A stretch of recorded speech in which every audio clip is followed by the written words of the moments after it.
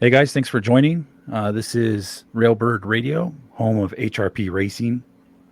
And my name is Chris. I'm with the Fractious Stables. I'm joined by my co-host Dan with MB Stables and Ryan from Patterson Stables. How you guys doing today? Doing well, Chris. And Ryan, how are you? It's a great day to talk about virtual horse racing. Let's go. Let's get right into it. Today we're going to be talking about the Derby list, uh, the leaders on the Triple Crown qualifying list, as well as the Oaks list. We'll jump right into the Derby list, and the number one horse on top is Mickey from South Shore Stables. Dan, what do you feel about this horse here?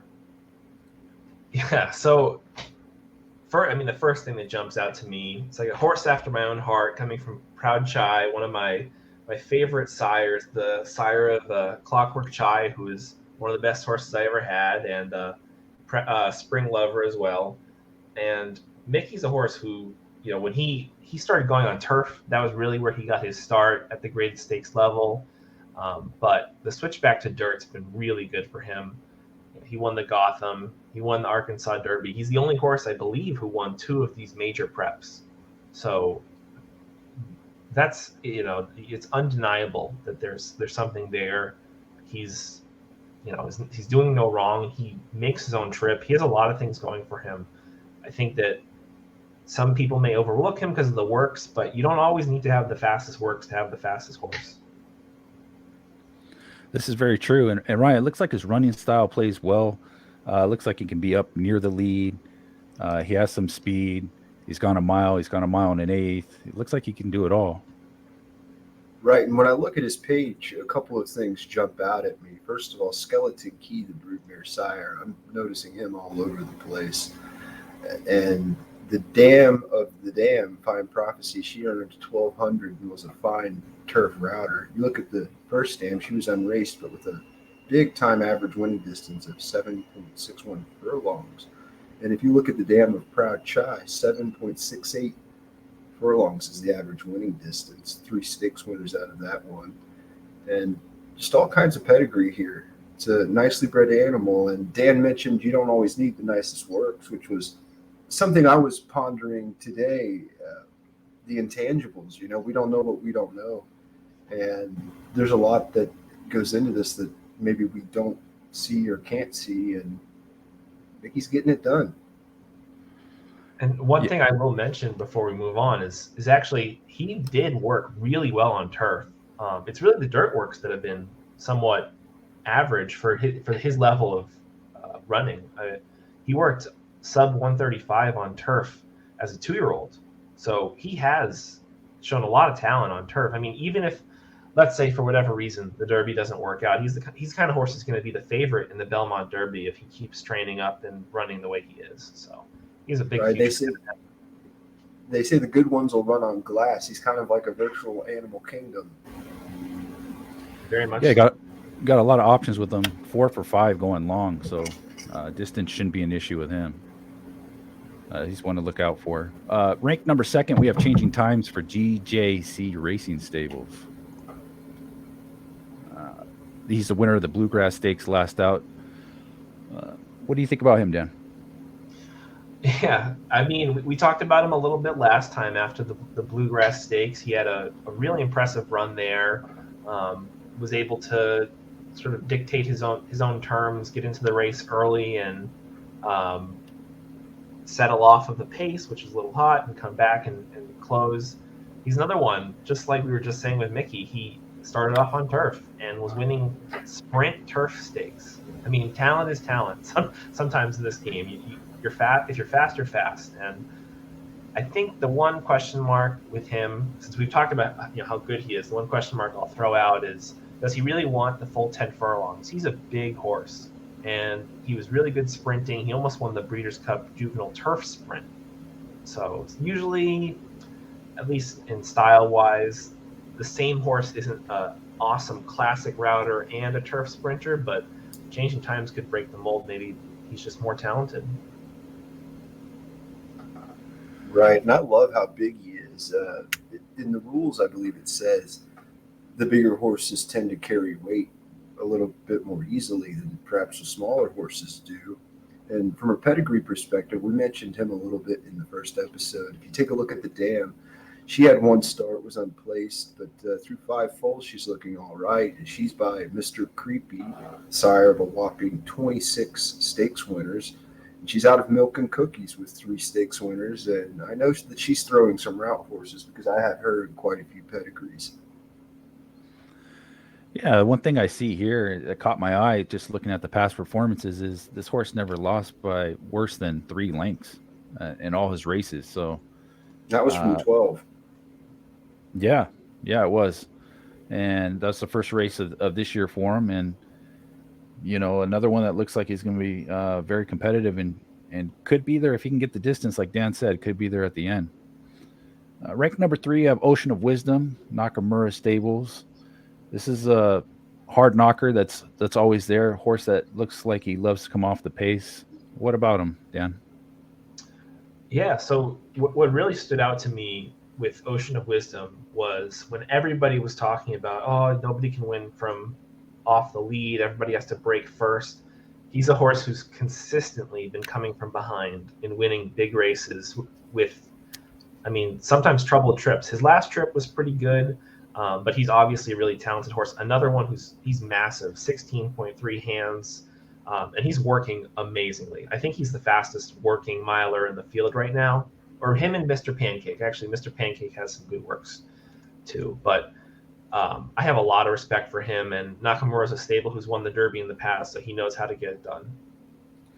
And Ryan, the pedigree, it's not something you see every day, right? Yeah, and at a quick glance, you might say, oh, this isn't a particularly good pedigree, but let's take another look. He's by a full sibling of Tactical. The broodmare sire, Pocono General, has 4 stakes winners from 71 starters. And the dam with a big average winning distance of 7.75. Now, granted, that's from few starters and mostly because of him. But I like him. I think this is a horse with a shot. And the big thing from the pedigree that I almost forgot to mention was sire and dam both born in 17. Young horses. Yeah, I'm a sucker for these that close. I always have been in real life and in this game. It looks like he'll like the distance and should be flying late. Number 4 ranked is Thunder Gulch from Broken Spoke Stables. I believe this is one of 2 that he has qualified for the race. Lightly raced compared to the previous horses we mentioned. What do you like about him? Yeah, he's what I would label him as in this field. He's maybe the biggest question mark, and that's not in a bad way. It's in a really good way. He's a April foal, so he's young compared to the field, which means he probably still has a lot of growing to do in terms of his talent and size. He's also, as you said, Chris, lightly raced, and the Ruby Stakes that he just ran, if you rewatch that race, he had trouble and he still won easily. He outclassed that field, and it wasn't the deepest or strongest field, but anytime that a horse can do that in a Derby prep, especially when they're young like this, I know that his background isn't necessarily the same, but some similar bloodlines. He reminds me a lot of Apples to Oranges, a horse I had a few years ago who made a big run in the Derby, who was an April foal, who just his talent was overwhelming, even though maybe he has some things to overcome with his maturity. But really interesting prospect. Yeah, and when we look at the pedigree, everybody loves Snaky. I was skeptical at first, but I was quickly won over after I, had seen how his progeny and further down from there into the second and the third generations, the way they've performed, they've run really well. And on the dam side, he's inbred to I believe it's Dehere. I'm not sure exactly how you say that. But an interesting thing about him, he's an excellent bloodline, heavy dirt, which seems to be borne out through the turf to dirt ratio of wins. He's getting more winners on dirt than he is turf. And despite being classified as a short sprint influence, his average winning distance is 7.23 furlongs, which might suggest there's some brilliant genes floating around in there. Number 5, we have Up in Smoke. That is from my stable. Dan and Ryan went over that briefly last week. I won't talk too much about him on my own, other than I was pleased with the result, obviously, to get him into the race. And what do you guys have to add on Up in Smoke? Yeah, I think uh, we covered a lot of how talented he was last race. I think that maybe the thing to keep in mind, and Chris, you don't have to give away any secrets or anything, but a new horse to a stable, changing tactics is always dangerous. For me, when I look into a big race like this, I want to be able to scout out the field, see what they're going to do. I mean, Chris, I'm not asking you to tell me exactly what you want to do, but this is a horse who's shown he can come from last. He can go to the lead. It seems you really have all the options going into the race possible with him, which makes him especially dangerous. Yeah, he's pretty versatile. I feel comfortable with a number of instructions. Really going to, depend on what the Derby pace, projected pace is going to look like, who actually gets in, and so forth. Ryan, marry me, Mandy. There we go again. We see that name pop up on this horse as we did last year. Right, the sire is showing he's not a one-hit wonder. And high-speed internet, the dam is on the lease list for $20 if anybody wants to take a shot with her. She's inbred to Swarley and therefore inbred to El Grand Senor, an excellent bloodline influence.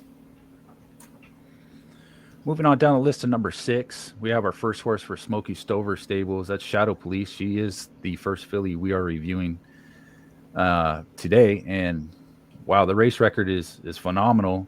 That first maiden start, obviously, the first start in this game, it can be brutal at times, but she's been excellent from there on out. Does she have a shot, Dan, to pull off a filly win in the big dance?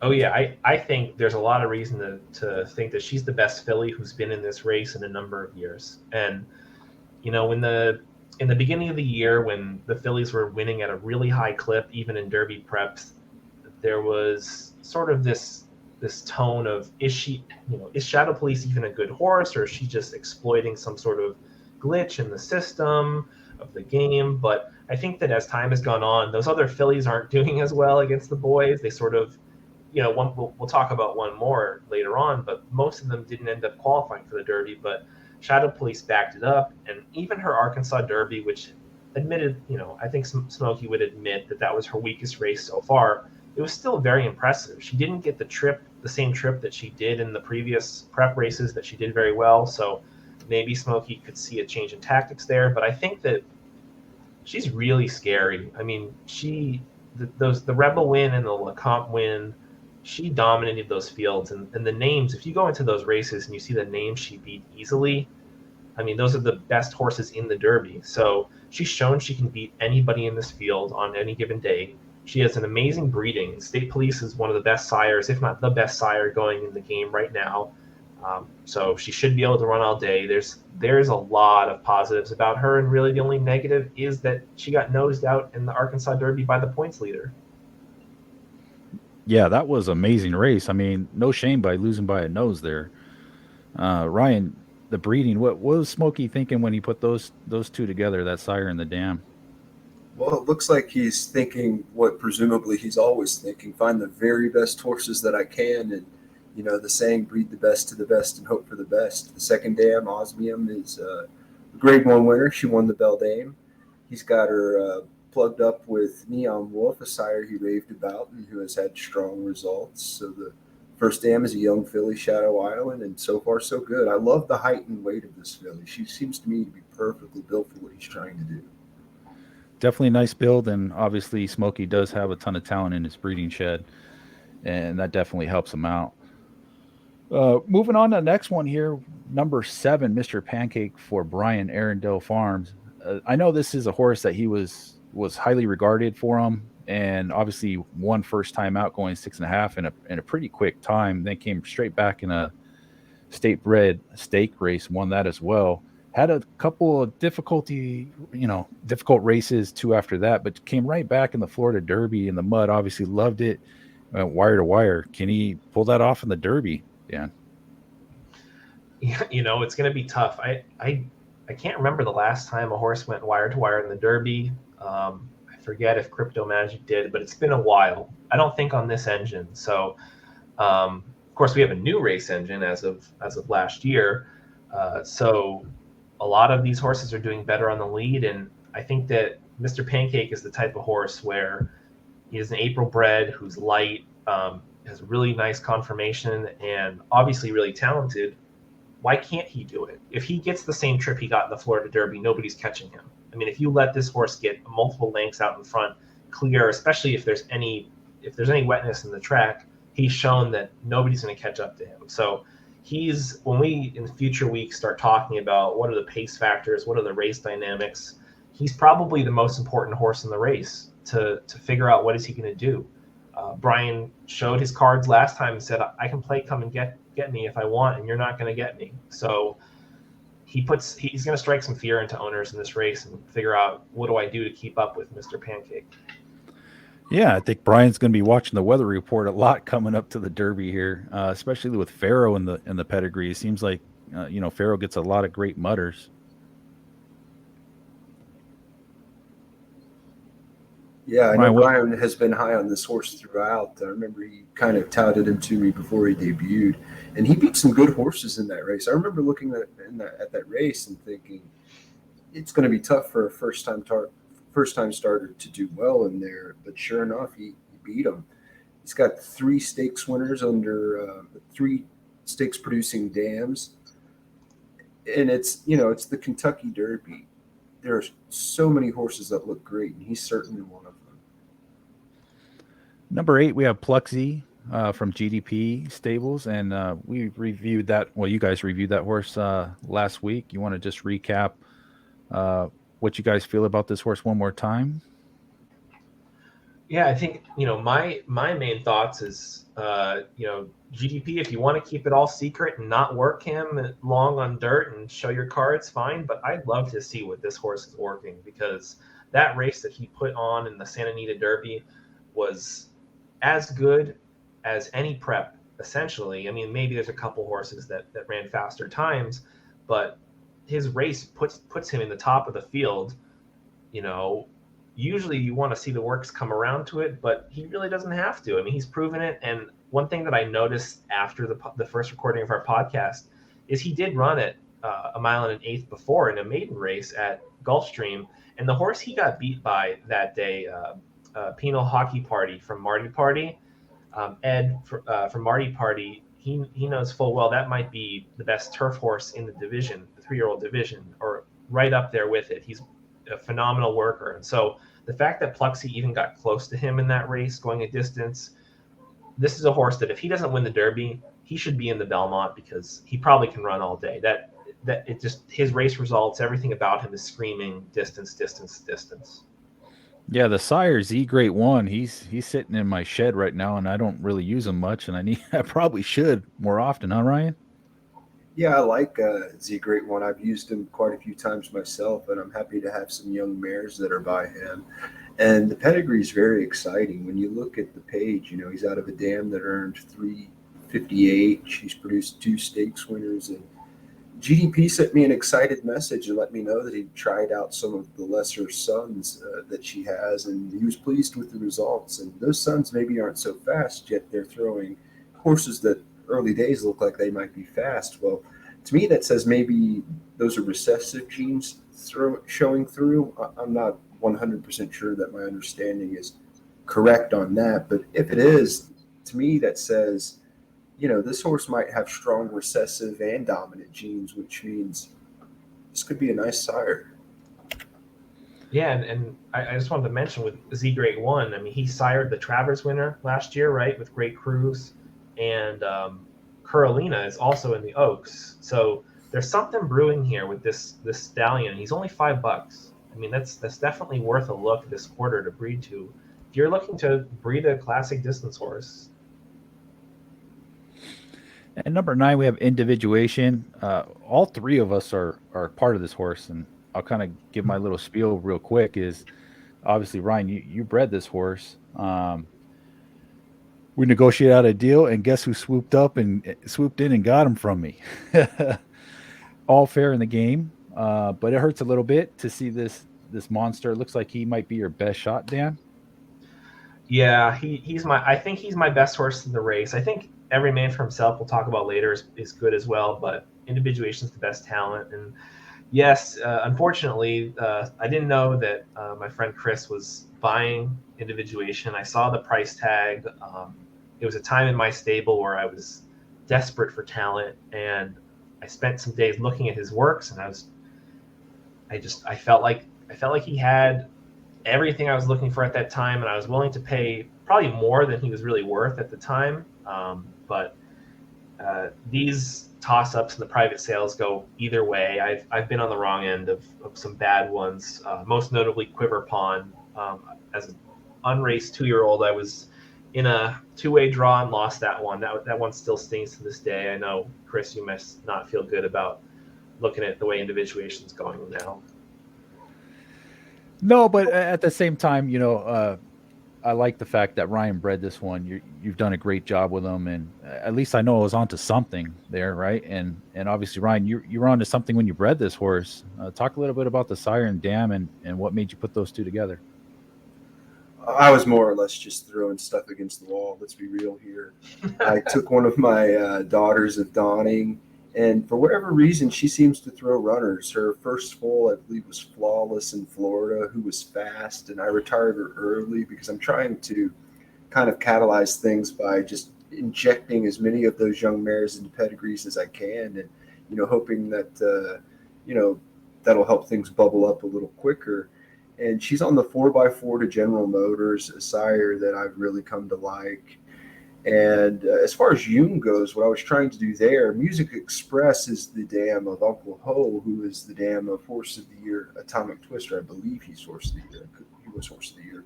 Could be wrong about that, but nonetheless, he was a terrific racehorse. And I was just trying to reverse engineer something there, and probably just got lucky. Jung is what he is. He's got a couple of nice horses. It seems like either they work 110 or they're at least like allowance types. Hey, a lot of the best sires do that. They, sometimes you need brilliance you need some inconsistency to have brilliance, it seems. There could be something to that. Right. And with Dawning Earl Gray's most recent foal, I just went straight to What Have You Done? And I got a 104 and 4 first worker that looks real nice. Unfortunately, it has the femur shortest, but I'd rather be good for a little while than bad throughout. Great job breeding that one. Number 10, Gigabyte, is the second qualified horse for Smokey Stover Stables. Looks like he snuck in with a second place finish last week, and he's a hard knocking horse. He's always there as well. Dan, what are his chances? Yeah, I think he has a great chance. As you said, he's always there. He's actually never finished off the board, and that includes 5 graded stakes runs. So just off the bat, that's impressive. He's shown that he can win on the lead or do well right on the lead, and from coming from last. I mean, he's versatile. He's bred.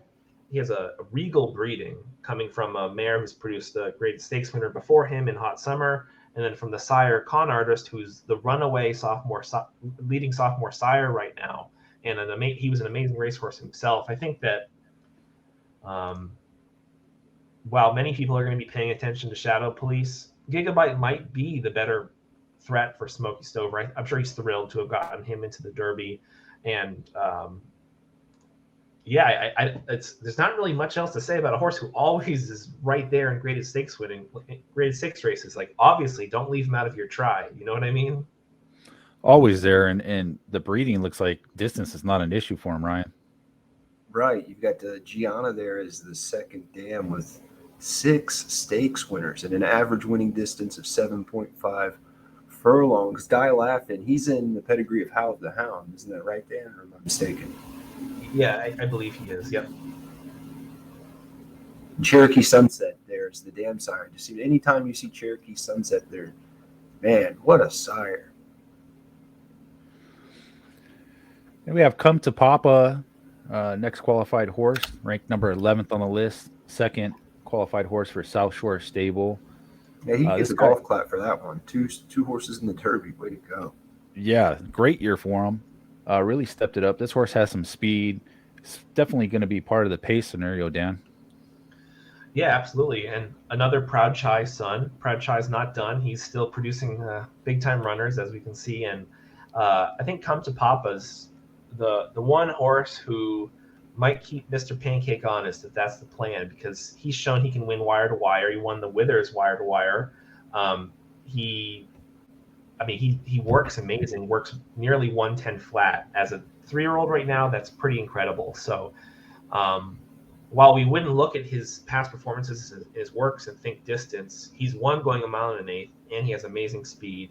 There's not a lot. I mean, the more we go into this Derby field, what you're going to find is, especially with the new point system and the depth of breeding and the consistency of breeding, there's not a lot of bad horses. They're just different.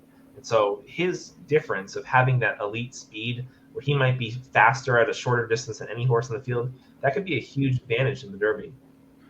Yeah, very experienced with 12 races, going all the way back to June last year. And as you mentioned, the tactical speed. Where does that come from in his pedigree? Kai Latte, he's on a 2x3 to that horse, which that's fairly close on the inbreeding, but it worked out for him. And you see horses all the time that are closely inbred to Chai Latte that, man, they can just run all day. Moving on to number 12, we have All Take from Alidar Stables. This is a horse that was in my barn earlier this year. Ran a great race in the Gray Stakes for me, lost by nose, and then won a points race, the Gun Runner, at Fairgrounds. I ended up selling him, as I did many horses at that time, to Alidar. I'm happy to see him make the field. He does look like he's a horse that needs a race to go his way to be competitive. Does he have a shot? Yeah, I think, just being honest, I think that All Takes the sort of horse who's going to be a longer shot in the Derby because, as you said, he's a bit pace dependent. Now, on the other side, the good thing about it is I don't see any way that there's a slow pace in this Derby. There's probably 7 or 8 horses who desperately want to be first, second, or third. And, when that happens, the pace is going to get hot. And when the race that got All Take into the Derby, the Tampa Bay Derby, in the mud went sub 23 for the first quarter. So if that kind of result happens again, where somebody's winging it on the lead, trying to win that way, All Take's the kind of horse who just keeps going. And I think as a handicapper, looking at that last race, which his Win Memorial was ugly, he was drawn really wide. He tried to be closer to the pace than he was in previous races and didn't run well. I think you just scratch that off and say he's not going to he's not going to try to do that again, and hopefully he draws a better post and see what we can do. Now, Ryan, you see that name Niagara as the sire there. Tell us a little bit about him and what he offers. Nearly 5% stakes winners, and I've noticed that he's strong even in the second and third generations. Team 7 Illusions bred this one in British Columbia. Other names that you see in the pedigree include Millionaire Heiress, who she only made $3,000. And the second dam is Extravagant with a strong average winning distance of 7.33 furlongs, earned $369 herself. First dam is responsible for 2 stakes winners to this point. Why not? It's the Derby. They're all horses. They're all pretty fast. This could be the virtual Giacomo, maybe. They all have a shot to win this race for sure. 13 is Gross Mountain, another one out of my stable. Recent purchase from John Henry. Appreciate him giving me an opportunity to buy this horse and see if there's anything I can do with him. The one thing I can say of the Breeders' Cup Juvenile winner is he's consistently inconsistent, Dan. Yeah, that's the thing that jumps off the paper when you look at this horse. He's changed hands now. So this is his 4th barn, and I think there's a reason for it. He's going to drive people crazy owning him because one race he runs like the best horse in the crop, and the next race he's running last, and you're probably wondering where's that coming from. Obviously, he won the Breeders' Cup Juvenile, and I do think there's something about a horse who steps up on the biggest days that you can't deny. He's shown that he can win these big fields on these big days, and he's really fast. I mean, his works are incredible. And this goes back to your other horse, Chris. You're really, making things tough on me here. This is going to be your first start with him don't know what tactics are going to be. I know that he's a horse who has a lot of speed, and John Henry's done well running him off the pace, but you probably have a lot more options than he's shown before to see if you can get the best run out of him. Yeah, I really don't know where I'm going to go with him. I'm hoping that the next couple workouts give me a lead as to, what I'm going to do with him, what I feel comfortable. But again, I'm glad I have another entry in the race, and like you said, I'm hoping he pops up on this big day. Uh, Ryan, talk about his pedigree a little bit. Ontario bred, Nebula Fire. I've seen that horse, that sire, pop up in a lot of good runners. Yeah, bred by Greco Holden, one of the better breeders we have at Horse Racing Park. She's out of a 5-year-old dam whose first foal was a 3-year-old stakes winner. Second foal was this one. And I'd love to own this horse. I mean, who wouldn't? I think you made a great purchase here. Number 14, we move on to Distorted Reasoning for Dawson Farms. I love this horse, this gelding. He's a hard knocker. He's always there. If you look 3 back, the last 3 races, he's right there. Last race, no shame. He was in post 13, Dan. Yeah, that was a tough race for him to deal with, and he ran a lot better than it probably looks on form. In that, just about the horse himself. After his Risen Star, I declared him the Derby favorite. In my eyes, he was the Derby favorite, and it's going to take a lot for me to back away from that. Obviously, now it's tough. Every single week, you're impressed by more and more horses. I think if I had to pick a horse right now, he's my choice, my top choice for the race. I think that the Pasco Stakes, his Risen Star, even his allowance back at Churchill, this horse is special. When he runs his race, if he can get a decent draw, he has a special finishing kick.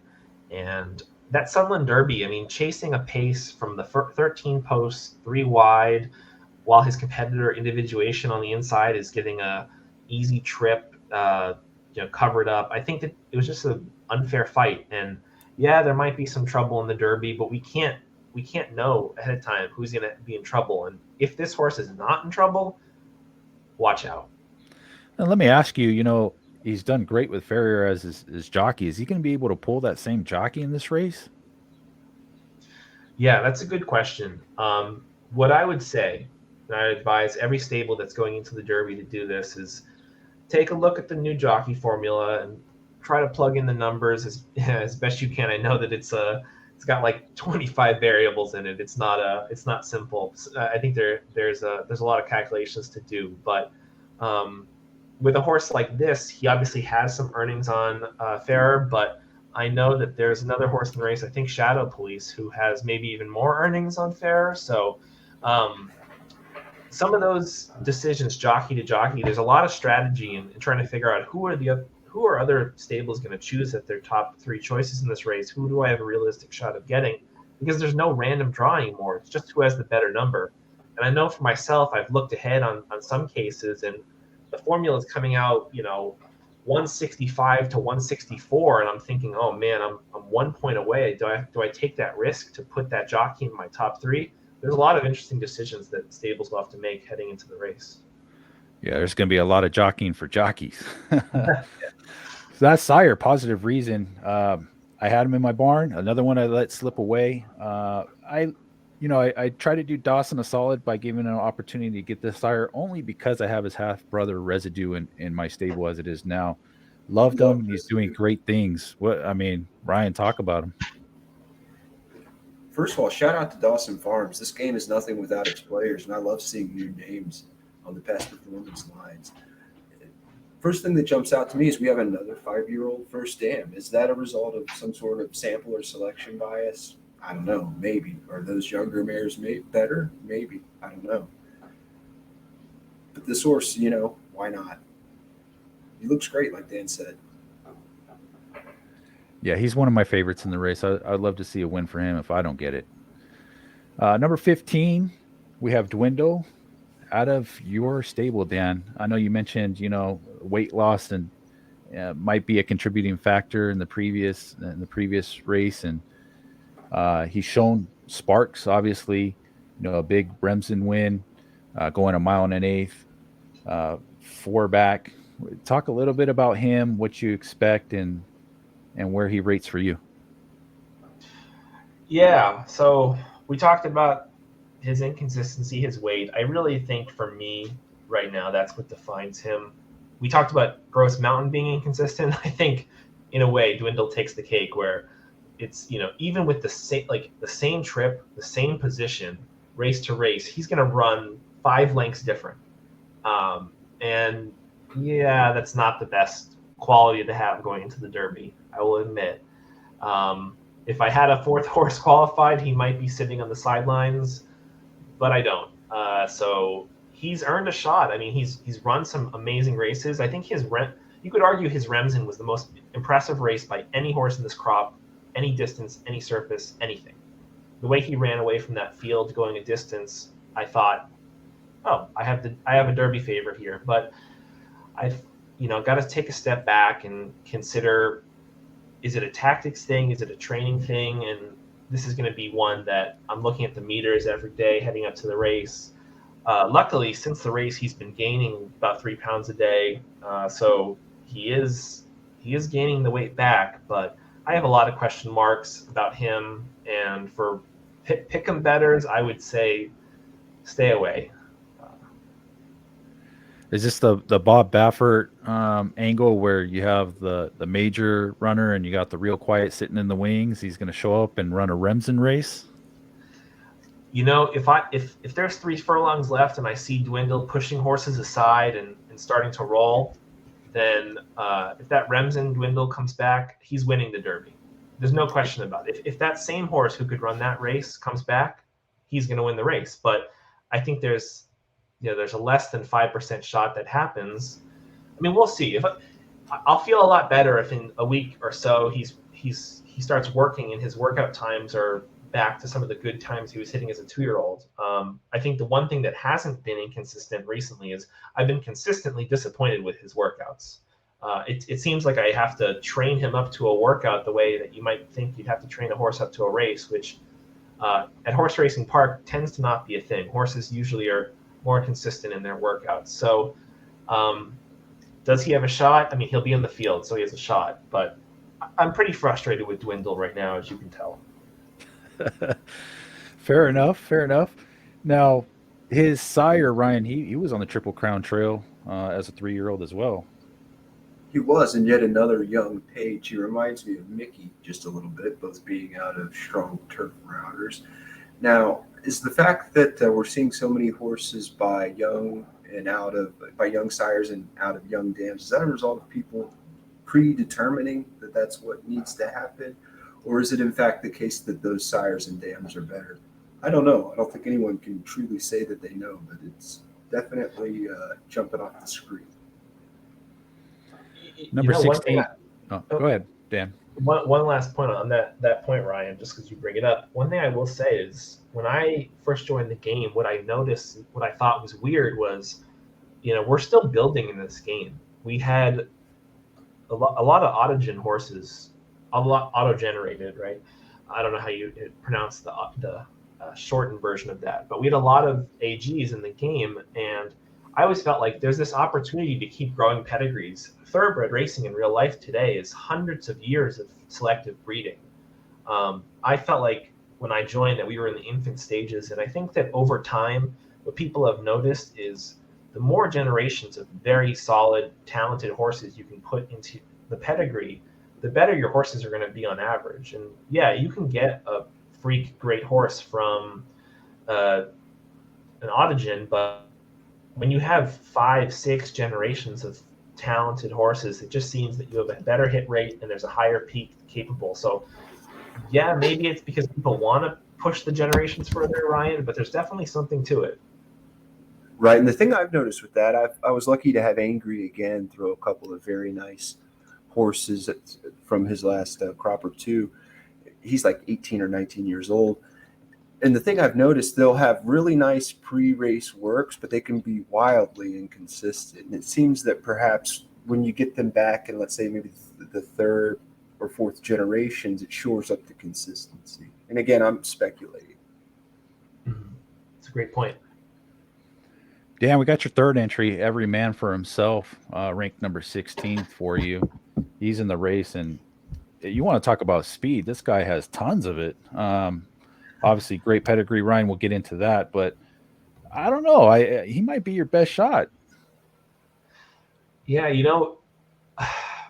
he's a really good horse. He if anybody's the real quiet in this race, maybe it's every man for himself for me, because I don't know. He's sort of the old reliable in this whole Derby prep season for me. I didn't think he was a Derby horse when he was a 2-year-old, but I think part of that was when he had the opportunities to show it, he got bad posts. And then what I did, and in general what I've done with my barn, is if I'm in a position where the draw is not that good and I have a horse who can run on the pace or close to the pace, you might as well use it. And I think I figured out something about the horse almost by accident that way, by him drawing poorly, needing to try something new and break out of his natural cycle that he would run on horse lead. Because if I left him on horse lead, he'd probably break last in the whole field. But he's very good on the pace, and he almost wired the 9.5 furlong Derby prep. So I don't think he has as much speed as a Mr. Pancake or a Come to Papa. Those fractions that he's posting are generally not as hot, but he's going to be a factor, and I love his breeding. I hope that Ryan, you do too. Yeah, what's not to like? You've got No Doubt About It as the sire, a terrific racehorse himself that throws terrific racehorses. I've noticed he's been a particularly good sire of sires as well. And then the second dam is Horse of the Year, Snow Peak, who was paired up with Decima. A lot of people, if you just kind of throw 10 horses in a bag and say we could pull one out and any one of those horses is, oh, that's the best sire. Well, Decima and No Doubt About It would be two of those sires, and then Commanding as well. Yeah, that's a hard hitting pedigree for me, for sure. Next up, we have. What's that, Dan? I said, oh, sorry, I didn't mean to interrupt you. I might regret gelding this one. So we all have that in time to time when we come across a horse that surprises us. Yeah. Sunshine Scooter, that's going to be the second qualified entry for Broken Spoke Stables. You have Chai Latte sitting there again. I'm a little confused. He had to hate the mud last time out. That's the only explanation for a 13th place finish, beating 19 lengths. Yeah, that was a rough one. I'm sure Broken Spoke closed the viewer halfway through that race. I do believe that you can toss out mud races on horses. I think that the mud is so different, the way that it changes a horse's potential in the race. There are some horses that will just quit in it. And that Florida Derby was also a tough race because the pace setter was a really talented horse, and everyone behind him wasn't necessarily getting as good of a trip as him. So I'd say you cross it out and you look at Sunshine Scooter for the good things that he did, which was consistently come from off the pace on fast ground, make big runs with a jockey we haven't seen do as well around Horse Racing Park recently. Edgar Prado, old favorite, back in the day in real life. When he's had Edgar Prado, he's 2 for 3 with 2 really impressive wins and a huge third place finish. So there might be something there, and hopefully he can get him back on for the Derby if that's what Broken Spoke wants.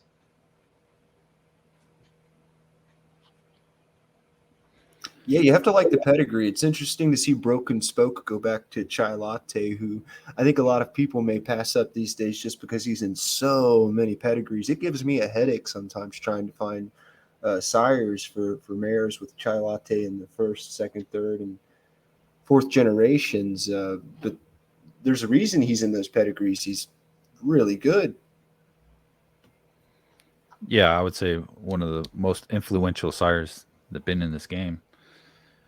This is where it gets really shaky and the unknowns start to come up. You have number 18, 19, 20, 21, 22, 23, 24. They're all right there with 41 and 40 points down to 35, 30 points. And some of these horses we're going to review in the upcoming race, Lexington, this weekend. But this is where the list can really change. Number 18, you have Federation for DJC Racing Stables. He just ran, so he's not going to run back, I wouldn't assume. so quickly. He's got to hope that the other horses don't pass him up. What do you like about this horse, Dan? Yeah, I think that his last run leaves a lot to like. I think that his Wood Memorial was really impressive. Horses don't close like that very often in this game, coming from 8 lengths behind at the first call and still making up enough ground to be close. And if up and Smoke isn't in that race, you're thinking, wow, this huge come from behind winner in the mud. This is a horse who's getting better at the right time. He ran pretty well in the Battaglia Memorial, even with an outside draw. I think that he's a sleeper horse. He doesn't have the flashy times or flashy race results. It took a while for him to break his maiden, but it's not about who's the best horse on December 26th. It's who's the best horse on the first Saturday in May. And I think that Federation's a good-looking horse who, as I said before, there's a lot of people who want to be in the lead. And if too many people want to be in the lead, one of these grinders is going to come and spoil the party. Yeah, and if he makes the big dance off one win, that'll be a real win for DJC. Yeah, in the pedigree, something you'll notice, you've got Cherokee Sunset in the second generation. Anytime he's on the page, it's like the horses are an order of magnitude better. And then he's the sire of Distant Sunset. And on the dam side there, you have Distant Cousin. We all know because of, well, first she made $2,600, and then there was Fire and Fury. And the second dam, Three Hearts, is responsible for Grade 1 winning juvenile Love Struck Baby. So there's a lot on the page here. And we should mention that there is a slight chance that Federation is kicked out of the Derby. Chris, you want to talk a little bit about that Lexington with Amon, the Martian, and Cheverly Park all sitting there thinking they can get into the race? Yeah, if those finish in the top 3, they hit the board, you're going to push, number 18, 19, and 20 out of this one, out of the big dance. So there's a lot that can happen here. As we mentioned before, Lexington's going to have a big result in the standings here. A lot of horses coming back on short rest just to try to make the dance, especially Momentum Farm. He has 2 that he's squeezing back in. He wants some of the action, and I don't blame him. Yeah, I'd love to see Mo get one of those horses in. He's patronized my barn, and he's a very enthusiastic player. I believe I read in the forums today he's either had 0 or 1 horse in the Derby through more than 10 years at HRP. So I'll be delighted for him if he's able to get one of these horses in. Yeah, I feel like both of the horses he has in Lexington who could get in with, I think just for either of them, if they get top 3, they're in. With Amon from Arundel Farms, he needs to win to get in. Both of them have a lot of reason to want to be in the Derby. That's why it was worth it to rush them back on short rest to try to get in. The downside is they drew the outside 10 and 11 in an 11-horse field. Chris, talk about how that might impact his chances. Yeah, it's going to be tough. Obviously at HRP, the outside is not where you want to be. We'll get into the race a little more, but there is some speed in the race. He's going to have to get over as much as he can possibly get over. Might even, I don't know, if it were me, maybe go 2 different instructions with both horses. You want them in separate spots so you can at least try to get one of them in, I would assume. The other kicker too is number 19, Karloff's Monster. I'm gonna make it very apparent. I love this horse. I'll be honest with you. I made an offer on this horse just recently, got turned down for good reason. If she doesn't go in the Oaks and she happens to get in the dance with her points where she's at now, I think she's going to be a legit threat, a contender. I mean, that Arkansas Derby was a big run. Yeah, I when I watched the Arkansas Derby and watched the 3 horses in the race who got into the top 20, I thought that Karloff's Monster ran the best race of those 3 and by a wide margin. And I know that on any given day, maybe a horse had a great day, or it doesn't mean that she's better than Shadow Police or Mickey. But just earlier we were talking about how great Mickey and Shadow Police are. Karloff's Monster was 4 or 5 wide the entire race against the two of them, and she was coming on at the end. If there was an extra furlong like there is in the Derby, she's going to go right by them. And just seeing the name Karloff, brings back bad flashbacks for me, because a while ago, Karloff was the filly who was the favorite, or one of the favorites in the Derby, the year that I had commanding, and I was a new stable hoping to do well. And she had just won the Florida Derby, and she had massive workouts, and she also had that huge late kick. And she shows up a couple times in this pedigree, and I think she's definitely stamping this filly. What do you think about that, Ryan? Yeah, well, what else could you call her but Karloff's Monster after the way she's been running? Twin Towers with a lot of nice breeding animals in this game. And number 20, who's sitting on the actual bubble, is Ideal Info, horse that I bred. Brian from Arundel Farms has. He's a precocious horse, very talented. Probably didn't get the trip that he needed in the Fountain of Youth. Was able to finish second in the San Diego Derby. Now he's sitting on the bubble, Dan. Yeah, he's sitting on the bubble, and I think that, let's say Amon is not firing his A race, I think that Brian's going to be very nervous that Mo might not push him out, because Ideal Info is the kind of horse who's getting good at the right time. He's also one of these April breds, which usually they don't get into the Derby, but the horses who can get into the Derby as an April bred, that's a big deal. That's showing how much talent he has. And he has a nearly perfect conformation. He's shown elite speed, and that last race, making an early move and hanging on late, I think he has endless potential. And his workouts are amazing too. He's just tapping into his potential. And I know that we said this probably about 4 or 5 horses before him, but he might be the most talented horse in this race, raw talent-wise.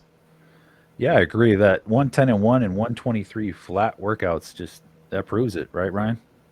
Absolutely. That 123 workout is a workout you'll see on, let's say, the Malibu Stakes favorite in December, and he's doing it here in April. Yeah, so that's going to round out our top 20. Again, we do have some horses behind. Iron Mine is ranked 21st of mine. He will not be competing in the Lexington. He will not have a shot to make the big dance because I forgot to enter him. But anyhow, we do have other horses in the Lexington, and we'll jump over into that race right now. That's going to be run Saturday, obviously, over at Keeneland. And this is going to be a shorter prep race. It's a 1.16 miles. Dan, you want to kind of review who we have in the race here? Yeah, sure. I think that there's a lot of talent in this field, and it's sort of an interesting mix and match of horses who have shown a lot of talent sprinting, like Dallas Boy on the rail from Alydar Farms, who got second in the Hutchinson.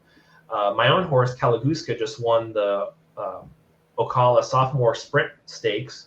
But then you also have some experienced routers, like Amon, like Cheverly Park from Momentum, like the Martian from the outside. And I think that you have a mix of talents. I think it's a really intriguing race to see how it's going to figure out. The one horse I will say, when I looked at the form, that stood out to me and said, whoa, like, this could be the spoiler if one of the Derby hopefuls is sitting right in second or third in the last furlong hoping to win, is Crypto from Woogaloo. That last race he ran at Santa Anita in the allowance. I know it was just an allowance, but he was carrying 120 pounds, which is the race weight, and he went 141 and 2, wire to wire. If he can do that again, it's going to be hard to catch him. Yeah, he has solid works, 136 and 3. He obviously has the talent. Ryan, who do you like in this race?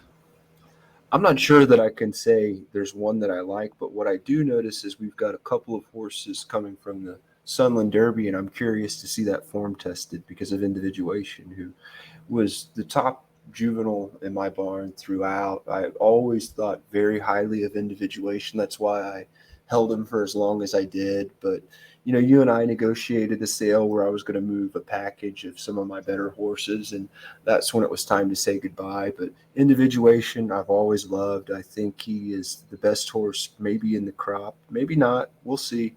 But I'm curious to see that form tested from the Sunland Derby. And speaking of form, what do you guys feel about, obviously there's some horses in here that are jumping up from allowance.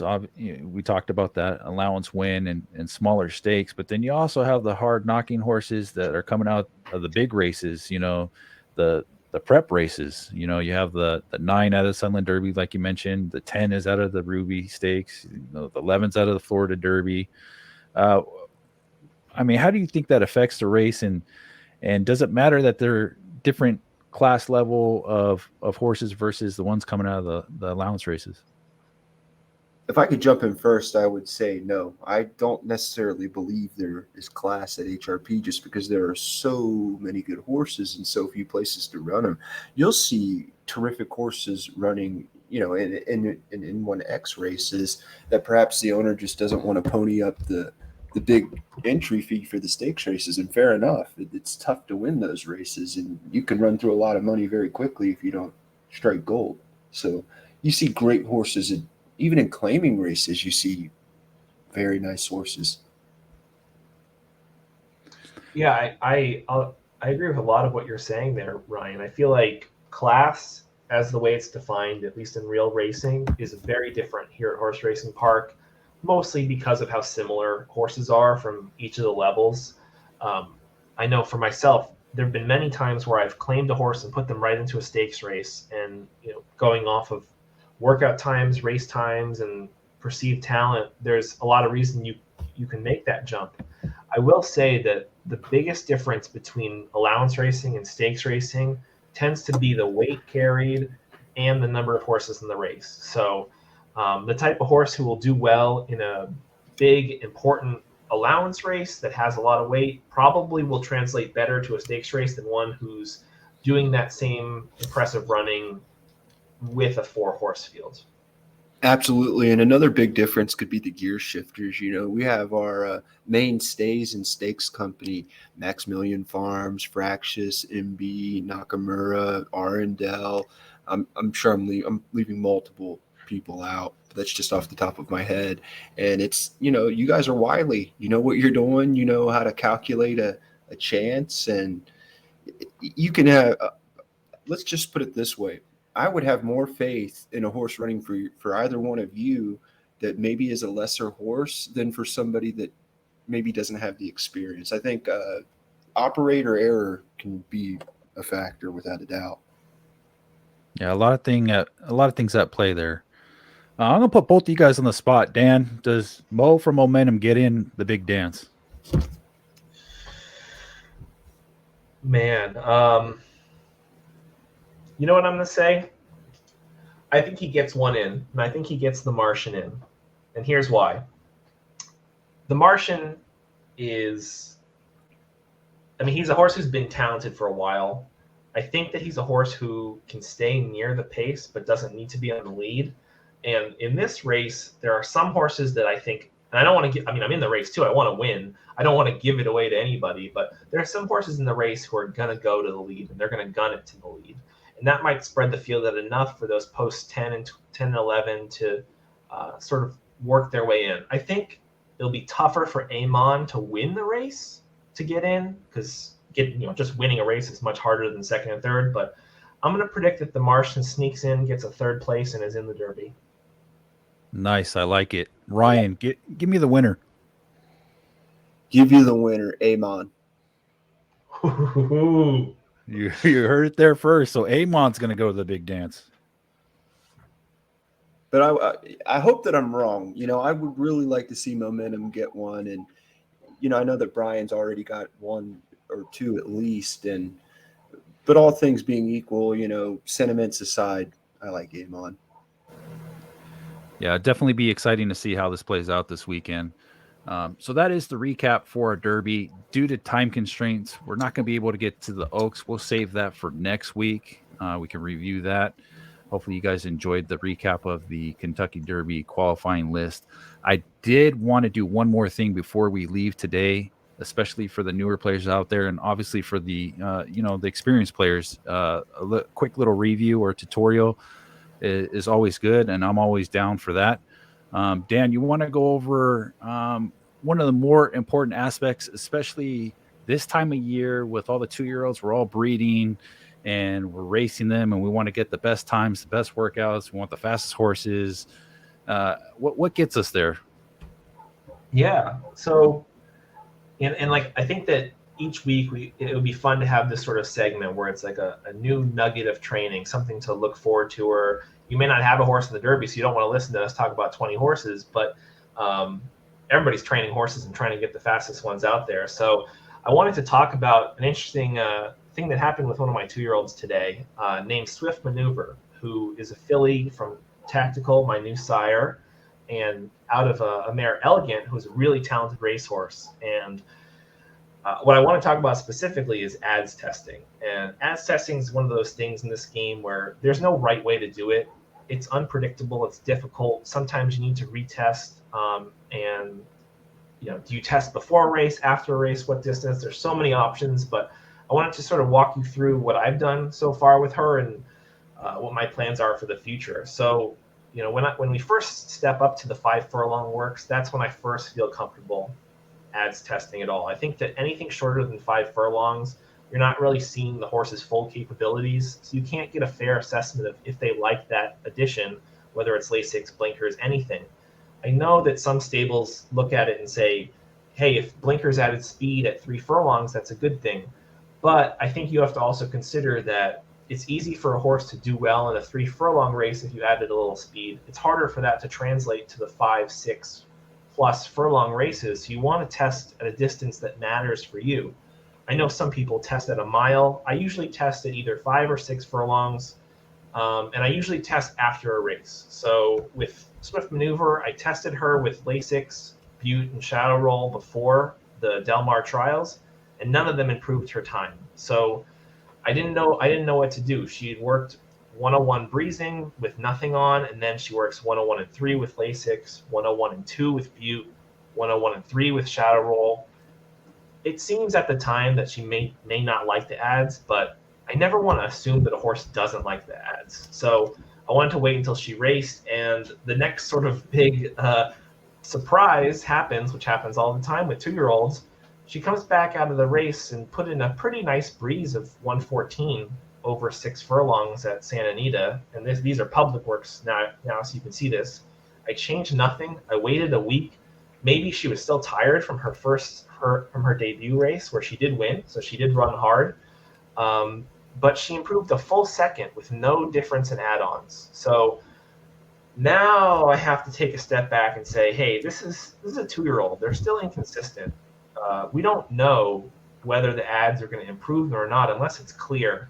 So my plan going forward with her, and I think that a lot of trainers could use this and translate this into what they're going to do with their own horses, is unless the ad clearly improves them by more than 1/5 of a second, more than 2/5 of a second, really, to be comfortable, as a 2-year-old, I don't keep it on. I'm going to retest as long as I have time. There's no rush.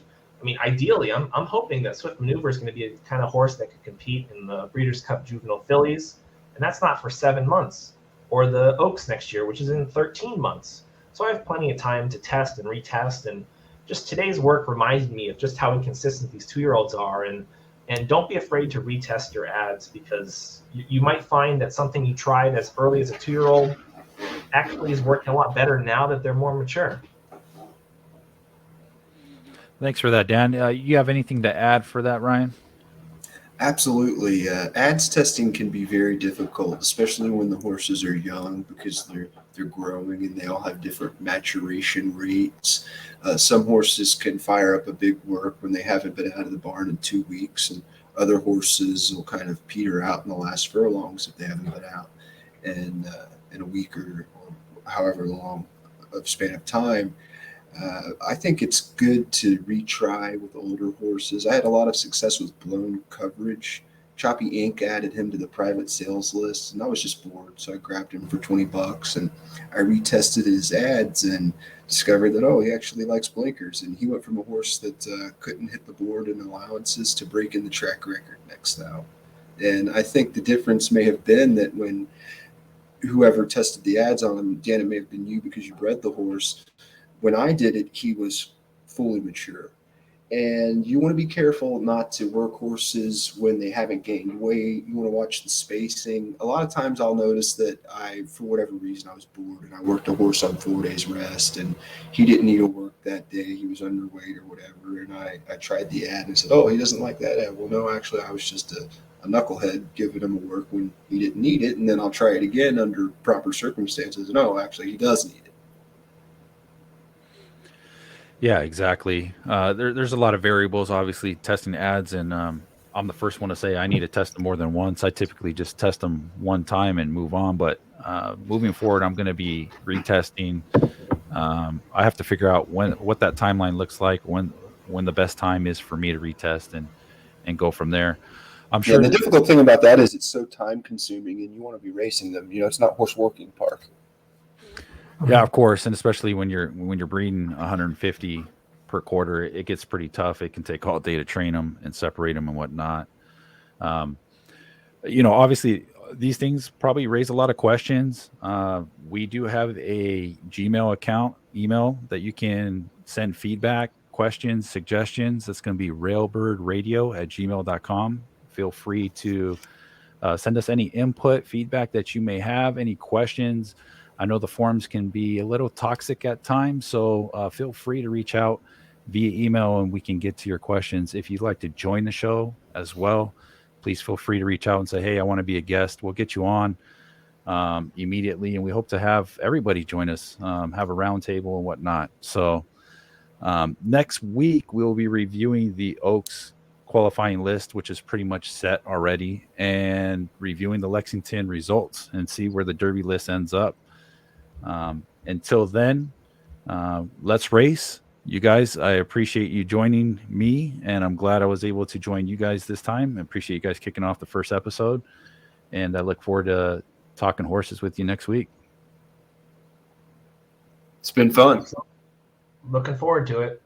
Dan, I could hear the howl of the hound there a little bit when you were speaking. It's kind of funny. Unfortunately, that's the neighbor's dog getting a little wild outside, but yeah. All right, guys. Appreciate you. Until next week, let's race. Take care.